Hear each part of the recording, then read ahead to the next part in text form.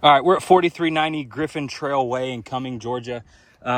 This roof was recently submitted for like a partial repair or whatnot. 120 shingles on this roof that are all in this condition. Like you can see there, we had a massive hailstorm too. So as you can see on this whole entire slope, everything's spatter, but there's a wind damaged shingle right there. There's multiple wind damaged shingles here. This is the one we're going to be performing a repair on. So I think this shingle goes from here to here, so everything above it.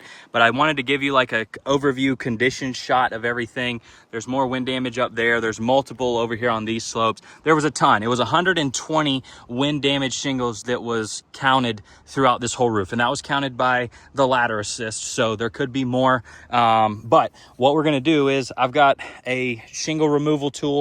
So I'm going to pop these seals loose. I'm going to take this damaged shingle out. This is the one that, is obviously wind damaged. So I'm going to do an attempt to repair on this shingle. You can see with the condition of this roof that more than likely it's not going to allow for manipulation, but we're going to see. I'm going to have the camera angle set up over here so that you can clearly see that we're not raising the shingle to a level of degree of like hyper extending it.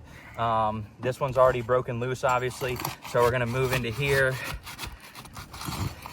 Some of these shingles on this roof, what I noticed from during the inspection was they were already broken loose, but I can tell you right now, this is already the damaged shingle, but just check out the matting transfer on that. You see that? Mm-hmm. So that was obviously bent, but this is the damaged shingle that's already damaged. But look at the matting transfer on that. It's completely ripped out from below. This one's got a huge hole in the shingle now. So this shingle is compromised, but regardless, it's compromised even more now. So we'll go through here. That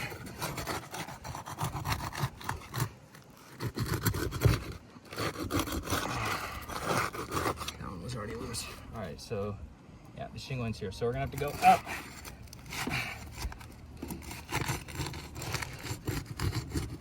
And just for fair, obviously this is mechanical clearly, but what we're looking at is for the tops of the shingles in terms of manipulation. I can already feel granules kind of sliding down this roof, but the other thing is I'm not going to lift these above 45. I know that's a big thing. We don't want to do that. Obviously, we're going to try to attempt to repair this roof, but at the end of the day, if the roof is not able to be repaired, we can't just leave the homeowner with a fully compromised roof. These shingles are actually cut, which is, you're not supposed to do that, but these shingles are cut. So this is a 2-tab shingle. That's what we're going to be repairing, is this 2-tab shingle. We're going to see how she performs. Look, okay, I haven't even bent the shingles. Trying to remove the nail, obviously being as gentle as I can. The way that this was done is really funky. I think we just did a 2-tab shingle repair, which is crazy. Or actually, it doesn't look like a 2-tab shingle. It looks like the shingle is ripped. Damn. Okay. They're ripped off. Regardless, the shingle's removed. It's clearly ripped. Let me make sure it's all the same way. The shingle's removed. It's clearly ripped. Matting transfer. I think I showed you guys all this matting transfer that's on these shingles is absurd. Overview condition shot. Granule loss throughout the top. Granule loss. Mechanical already there. On the top of this one, you can see granule loss already starting. Even here, granule loss already starting. So what we're gonna do is I'm gonna put this thing back and we're gonna see how it performs, like I said. So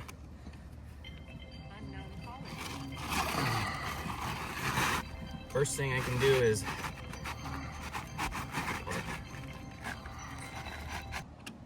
okay. All right, so shingles in place. We're gonna put these nails basically exactly where they were. I'm not gonna make any new holes in the roof, but obviously for me to get something under here, for me to put this roof in, it's just like that. Nails in. Not hard. The shingle's gonna allow it, it's gonna allow it. If it's not, it's not. So it's part of a roof repair. There's granules bouncing all over this roof right now, even off of shingles that we haven't even touched. So that tells me that none of this stuff is going to allow for manipulation. Look at the granules just bouncing off the roof.